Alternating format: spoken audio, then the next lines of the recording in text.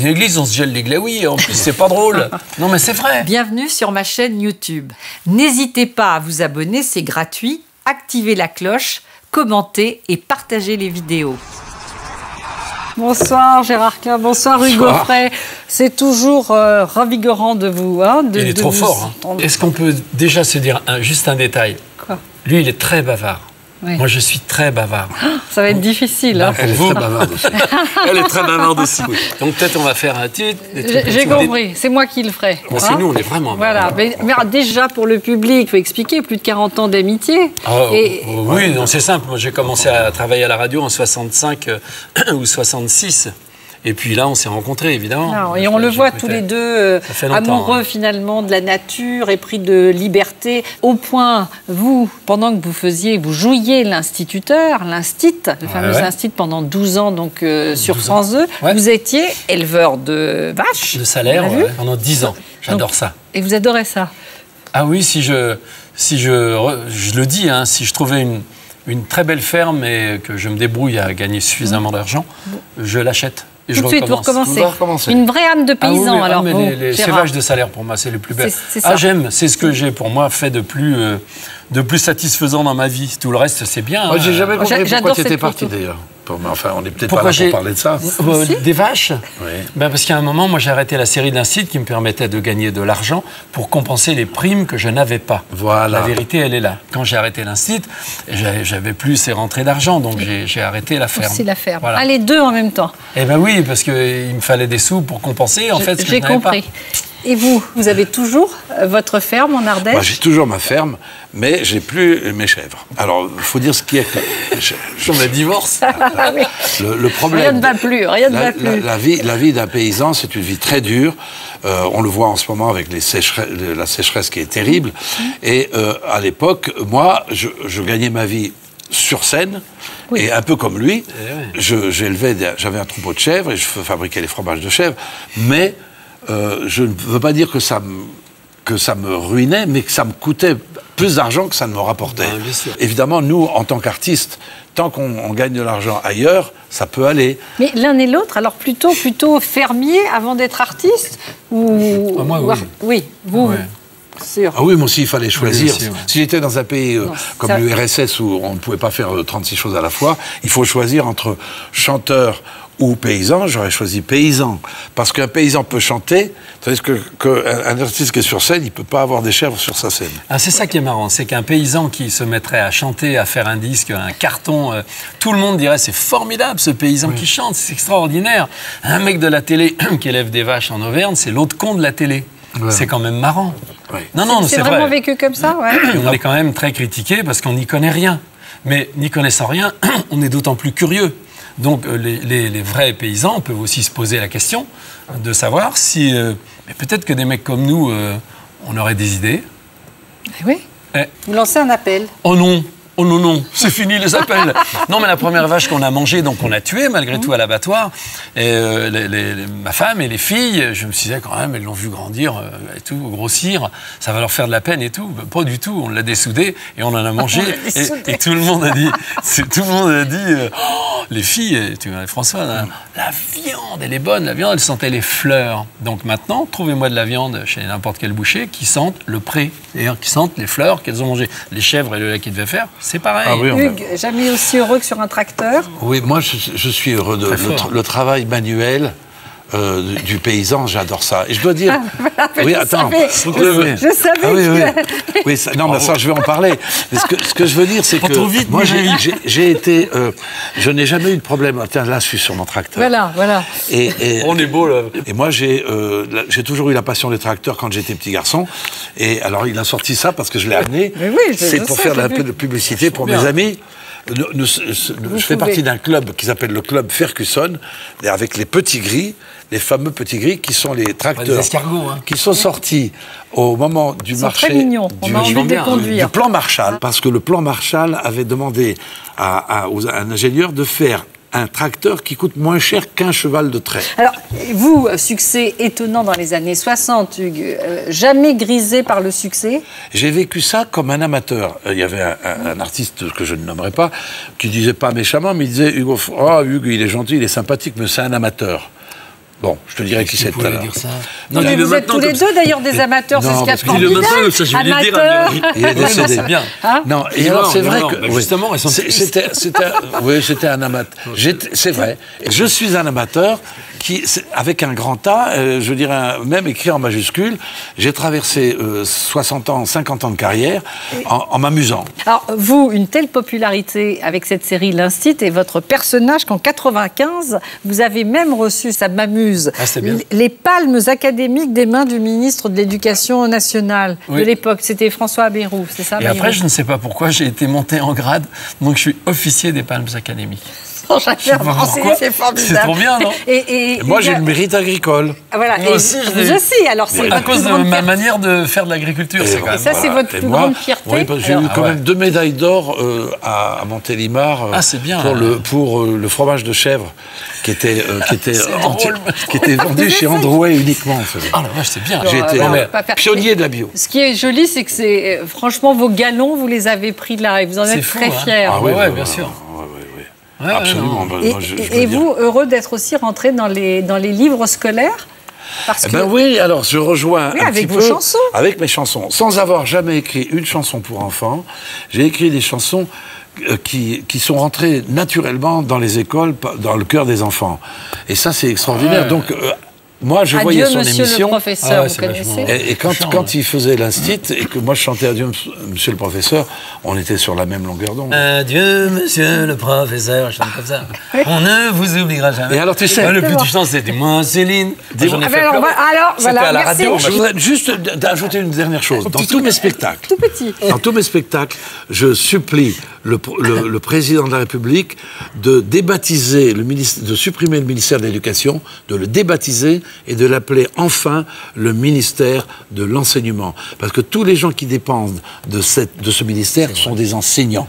Donc il faut parler le français. Ce ne sont pas des éducateurs, ce sont des enseignants. Fermez la parenthèse. Merci. Alors, pour revenir à Céline, vous avez presque fait naître des vocations. En tout cas, vous avez inspiré la mère d'une star internationale. Belle histoire. Est-ce que c'est clair? La maman ne voulait pas le 13e enfant. Elle avait dit à son mari, on ne gardera pas cet enfant. Et c'est en entendant la chanson qu'elle a dit, on le gardera. Et si c'est une fille, il s'appellera Céline. Et peut-être que là-haut, il y a quelqu'un qui a dit, elle incarnera la chanson dans le monde entier. Et alors, c'est pas trop...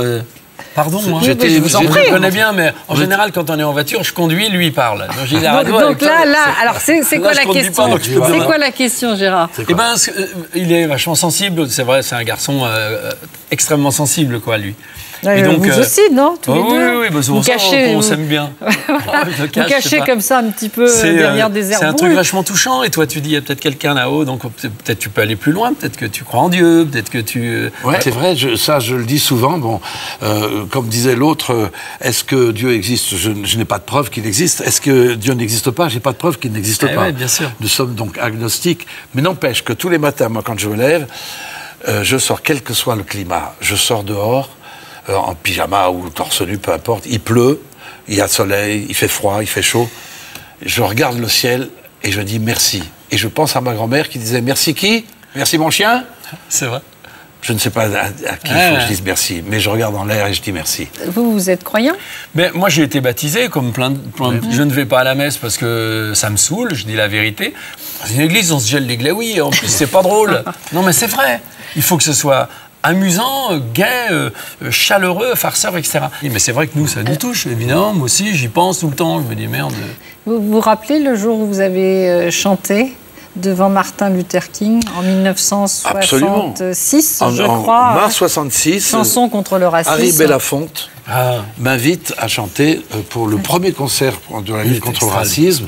Le voilà, tiens, je suis en photo avec lui. Regarde ce sourire magnifique. Voilà, c'est la plus grande rencontre de mon existence. Quand on me demande quelle est la date la plus importante de ta vie, de professionnel, de chanteur, c'est lorsque je rencontre Martin Luther King. Et j'ai une lettre, parce qu'après ça, il m'a envoyé une lettre pour me remercier. Et il était assassiné 1 an et demi ou 2 ans après. Et ça, effectivement, le racisme, être raciste, c'est tellement anti-chrétien. C'est impossible d'être raciste quand on est chrétien. Quelle est votre plus belle rencontre, vous? Ma femme. Ah oui, mais ça, c'est personnel. Non, mais ça a déterminé énormément de choses. Je te parle de profession. Oui, mais tout est lié. Moi, j'arrive pas à dissocier les vaches, la ferme, l'Auvergne. Je suis un affectif pur. Je crois que tu veux dire les vaches, les femmes. Tout est mélangé. Quand même. Non, parce qu'en fait, c'est par elle que par exemple, que je me suis nourri autrement dans la vie. Il faut arrêter d'être bête, quoi. Il faut arrêter de s'entêter. À croire tout ce qu'on veut nous faire croire. Donc elle vous a appris énormément de choses. Et c'est aussi pour elle, d'ailleurs, que vous êtes mise en retrait de votre métier de comédien. Aussi. On s'en était parlé il y a maintenant quand même quelques années. Hein, il y a quelques années. Ouais. Vous êtes retrouvés alors? Oui, et puis il y a une chose qui se passe, c'est que les enfants, tu le sais, vieillissent, grandissent au début, puis vieillissent après 20 ans ou 25 ans, etc. Ils avancent en âge. Gérard, lorsque vous avez arrêté au bout de 12 ans l'Instit, il y a maintenant de nombreuses années. 7 ans, 2004. Voilà. Ouais. Vous avez décidé d'aller alors au-devant des autres, au-devant de personnes dont on ne parle jamais, qui font des choses formidables. Et j'en profite pour rappeler le titre de votre livre que vous avez publié il y a quelques temps et qui est réédité maintenant aux éditions Presse Pocket. J'ai rencontré des gens formidables. Mais là, c'était une envie que j'avais, après donc 12 années où j'avais gagné de l'argent, donc j'avais eu tout ce que je souhaitais. Une ferme, j'en ai toujours rêvé, le restaurant, la bouignate, on a monté plein de trucs, puis c'est vrai qu'au bout d'un moment, ça me mange tout le temps, quoi. Et aussi les rapports entre sa femme, les enfants, etc. Donc, pour plein de raisons, j'ai arrêté. On est partis ensemble avec Ninon, l'une de nos filles, qui est cadreuse, et Françoise, et on a vu, c'était complètement désintéressé. Hein. C'était avec nos sous. Et donc, sur Internet, on mettait des films pour essayer de faire parler de telle ou telle association pour que ces gens-là aient des sous, quoi. Voilà. Et le sentiment, justement, d'avoir rattrapé des choses, d'être passé à côté de l'essentiel pendant un temps, Gérard, avec la famille, de par votre métier? Alors, moi, j'avais un vrai lien tout bête. Je téléphone le matin et le soir aux filles quand elles étaient à la maison. Donc, j'imaginais les scènes. Je les voyais rentrer de l'école, etc. Mais dans une chambre d'hôtel, quoi. Donc, c'était pas très drôle. Et maintenant, c'est mieux. Je trouve ça vraiment mieux. Et puis, je suis moins encombrant pour l'entourage. Parce que cette série de l'Instit, c'est quand même ça. C'est vrai que ça marche toujours bien, mais ça a fait un carton. Et avec ces filles et ma femme, c'était vraiment chiant d'aller faire des courses, quoi. Parce qu'il y avait toujours quelqu'un qui venait nous interrompre et dire là, une vraie vie de famille. Oui.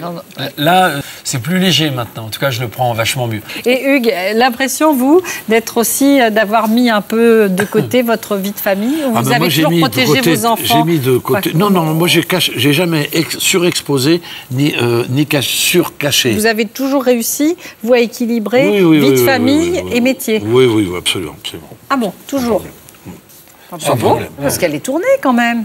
Oui, mais les tournées, c'est les tournées. Hein. Si j'avais été marin, on est marin, on est pilote, on est explorateur. On serait bien en pilote avec l'uniforme et tout. J'aurais bien aimé être pilote. Moi aussi. Ça, c'est un truc. La quantité de choses que j'aurais voulu faire dans ma vie. Oui, je sais, marin, pilote et sculpteur. Donc sculpteur. Ça y est, vous. J'aurais un éternel regret. C'est quand même les milliers de livres que j'aurais voulu lire et que j'ai pas eu le temps de lire. Autre chose que je m'adresse à la France encore. Vous qui avez des insomnies. Arrêtez, vous n'êtes pas le général de Gaulle, ni le président de la République. Vous qui avez des insomnies, écoutez-moi. Au lieu d'essayer de dire « Ah, je dors pas, c'est terrible, il faut que je prenne des somnifères », prenez un bon bouquin, lisez-le, à un moment donné, il vous tombe des mains et c'est parfait. Vous avez lu pendant 2 heures un bouquin que vous n'auriez jamais lu sans l'insomnie. Mais ça, vous avez raison. Voilà, j'ai raison. Vous connaissez toutes ces chansons? Ah bah oui, bien sûr. Non, mais lui, il connaît vraiment ce métier. Je peux dire, il ne s'est jamais trompé dans ses goûts. Et alors, je vais vous dire un truc à tous les deux. Dans l'une de ces chansons sur un album, c'est à l'époque de La Route du Sel ou après, il y avait une chanson que j'aimais beaucoup, qui n'est jamais passée à la radio, parce que c'est vrai qu'ils n'écoutent pas trop tout. Et dans cette chanson, tu dis « On n'aime jamais vraiment assez les gens qu'on aime ». Et j'ai trouvé la phrase tellement jolie, « On n'aime jamais vraiment assez c'est pour Coluche les gens qu'on aime ». Parce que moi, je pensais qu'aujourd'hui, on allait beaucoup parler des copains. Et je voudrais juste... Est-ce que je peux en parler un peu? Mais bien sûr. Voilà, moi j'ai... Combien de temps? Il y a Renaud, il y a Coluche, il y a Johnny. Moi, ça a été mes 3 copains. Regardez cette photo très jolie avec... Tiens, je reviens d'Éthiopie. Sur cette photo, j'arrive de Addis Abeba. Je m'étais presque rasé les cheveux, tu vois, j'avais l'air d'un, on dirait un prêtre. Qu'est-ce qui vous rapprochait avec Coluche? C'est ça, le désir aussi d'aider les autres? Tout, l'humanisme. C'est un humaniste. Ben ouais. Et Johnny? Alors, pourquoi vous êtes proche avec Johnny? Johnny, d'abord, c'est parce que on a débuté ensemble. Je lui la première fois que je l'ai vu, il a cassé une corde de guitare. Et comme il avait un deuxième set à faire, c'était au Vieux Colombier à Juan-les-Pins, j'ai couru dans ma chambre, j'ai été chercher une corde et je lui ai apporté. Ça, il ne l'a jamais oublié. Ah bah et Renaud? Renaud, j'étais son idole. Et quand je l'ai vu chanter, il est devenu mon idole. Et j'ai été le voir dans la loge et je lui ai dit... On est quitte, fiston. Ah, c'est bien. Voilà. Regardez comme elle est belle, cette photo. Ah ouais, c'est vachement bien. Ça, c'est pour Chanteurs sans frontières, c'est pour l'Éthiopie. Très, très bien. Voilà. C'est pour l'Éthiopie, ça. Mais il y a une chose que je voudrais dire aussi qui est très importante dans ma vie, c'est que je suis copain avec tous les musiciens qui m'ont accompagné. Je ne peux pas les nommer tous. Je nommerai simplement Jean-Pierre Sabat. Non, mais vous reviendrez. Pas dans cette émission, puisque c'est l'avant-dernière. On reviendra où, alors? Oui, c'est ça, le problème. Et qui va racheter la table? Et pendant les 25 ans où j'étais tout seul... Il continue sur ça. Il y a un type qui était un copain de cheval. C'est qui? C'est Yves Piaget. Et Yves Piaget m'a beaucoup aidé, son amitié. Et matériellement, c'est lui qui m'a permis de continuer de faire des disques pendant un certain temps. C'est bien. Ouais, voilà. Non, mais c'est important. Bien sûr. Et les marins. Et de nombreux marins. Tabarly. Et Jean-Luc VDH, Vandeneuve. J'ajoute à la liste parce que je sais que ça n'est pas dans ma vie. Pas de gotcha. Mais non, vous avez dit votre épouse d'abord. Bon, c'est vrai, ouais. Et votre famille. Oui, mais on parle pas de la famille. Moi, je parle pas de ma famille. Ah, oui, il a droit de mettre son nez, de faire un choix aussi. Oui, non, je sais. Je suis un peu excessif. Ah oui? J'aime bien le choix unique, le truc en disant, voilà, c'est ça. Moi, je pense que l'amitié, c'est l'amour sans le sexe. Alors, pour moi, c'est complètement différent. C'est drôle ce que tu dis. L'amitié, alors on n'a pas l'amour. On finira dans la bagnole. Oui. On va lui dire quand même. On a bien rigolé. On va lui dire notre histoire. On était tous les deux en bagnole et tout, avec Johnny, qu'on n'a jamais fait. Oui. Notre film qu'on voulait faire. On ne peut pas raconter ça, c'est trop long. En 2 mots. On voulait faire un film en faisant jouer Johnny un rôle qui était le contraire de ce qu'il est. On est en voiture, je conduis. Oui. Il est à côté de moi. Oui. Et puis on va partir quelque part, genre chez Jean-Yves Bonnet dans l'Aveyron. Tac, le téléphone sonne, ou Johnny qui habite juste derrière chez lui, il arrive, je suis emmerdé, j'ai un concert à faire, j'ai un truc, il n'y a plus d'avion, il n'y a plus rien, comment je fais? Moi, j'ai une auto, je conduis, nous on allait descendre, si tu veux on t'emmène, tu vois. Et donc l'idée elle est, je conduis, lui il est à côté de moi par exemple, et le chanteur il est derrière, l'autre chanteur il est derrière. Et c'est tout. Et on roule et il nous arrive que des conneries. Les flics, personne le reconnaît. Qui nous arrêtent, qui disent on a Johnny Hallyday derrière. On dit à l'autre, ouais c'est ça, c'est bon. Et l'autre qui passe sa tête, laissez-moi, attendez, je vais vous chanter un truc. Et personne ne nous reconnaît. Donc lui, les mecs du groupe, oui c'est bon, tu lui ressembles et tout. Voilà, les mecs qui ne nous croient pas. Mais c'est très drôle. En fait, le seul qui peut reconnaître, c'est moi. Ah ouais, la petite, ils me disent. Donc en fait, tout est décalé. Et c'est marrant parce que Johnny, finalement, moi ça fait. Cette photo n'est pas avantageuse. Non, mais il est venu nous rejoindre à Marne-la-Coquette. Il s'est installé à 100 mètres de chez moi. Pour moi, c'est un bon mec. Ah ouais. C'est bête à dire comme ça, mais ça se voit. Ah. Voilà. C'est quoi? C'est parce qu'il y a quelque chose d'authentique, de vrai. Oui, mais on sent que c'est un bon gars. C'est pas un enfoiré, c'est un bon gars. Je sais pas comment dire. Vous serrez la main de quelqu'un, des fois, vous sentez lui, il est sympa. Le mec, il est sympa. Il peut vous dire bon, tu veux que je t'aide, tu veux que je te file un coup de main et tout. C'est un bon mec. C'est vrai. Hein, ça résume pour moi. Tout. Ça résume tout. C'est bien de résumer des fois. Alors, Gérard, surtout avec d'autres bavards. Oui, Gérard, aujourd'hui, vous avez renoué avec les tournages, puisque vous parcourez l'Amérique avec votre programme, donc l'Amérique dans tous ses états, pour la chaîne Voyage. Et TV5 Monde. Et TV5 Monde. Ça, c'est vachement bien. Et vous êtes content de tourner à nouveau? Je suis très content. Vous aviez continué un petit peu. Oui, non. Personne ne m'a jamais rappelé, soyons clairs. Entre 2004 et aujourd'hui, personne ne m'a appelé. C'est vrai? Ah oui, vraiment. Ah non, c'est vrai, mais c'est normal en même temps. C'est normal, pourquoi? Bon, parce que je trouve que de quel loin un petit comédien comme moi peut arrêter une série qui rapportait autant d'argent, en fait. Je pense que ça peut être ça. C'est pas grave.